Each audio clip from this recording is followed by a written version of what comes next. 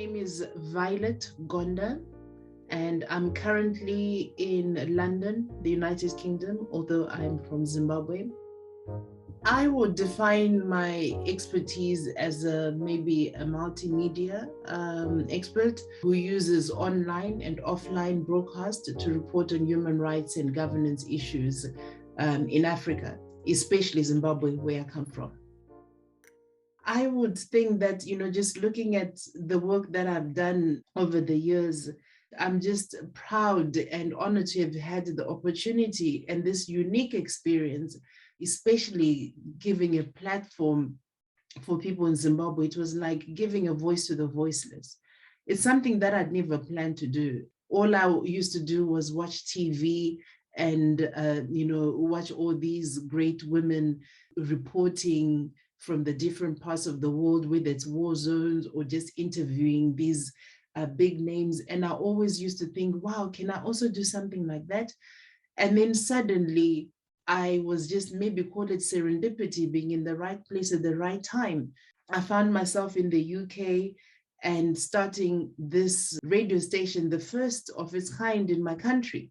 This is a whole kind of experience that I never thought I would be able to do. And it was scary because we didn't expect the government to react in the way that they did in terms of banning all of us. That included the then British Prime Minister, Tony Blair. And there I was just, this young girl from Zimbabwe who was only trying to help set up a platform to allow people from Zimbabwe to talk about what was happening in the country. The hardest lesson that I've had to do is not to personalize things and to actually grow a thick skin, especially if you're working in a highly polarized country.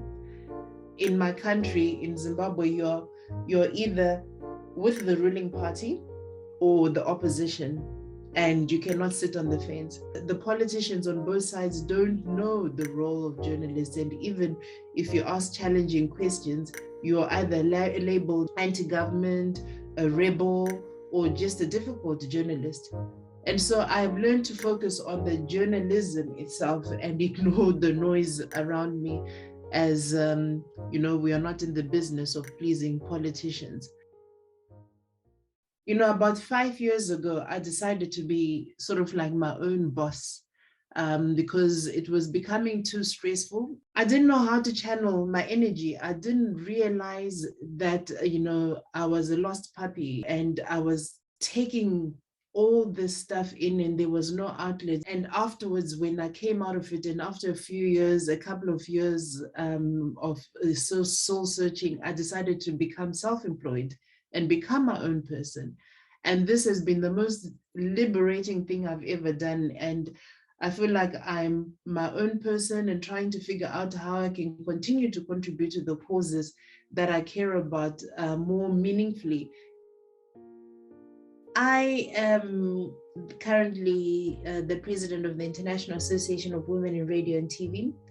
It's actually been an honor to be part of this organization. I've been a member of this organization for decades. When I joined as a young girl, fresh from journalism school in Zimbabwe in the late 90s, my first international flight was actually to attend an IAWRT biennial conference in India. I was still an inexperienced journalist, and there I was, meeting all these great women who were doing remarkable things. We have members in at least 55 countries, and there are more than 400 members, IAWRT members. And we have set up various projects around the world. All the work we do adds up, and it sort of like provides that strong support and safety net for many of our members, including for myself. This is what we do as IAWRT.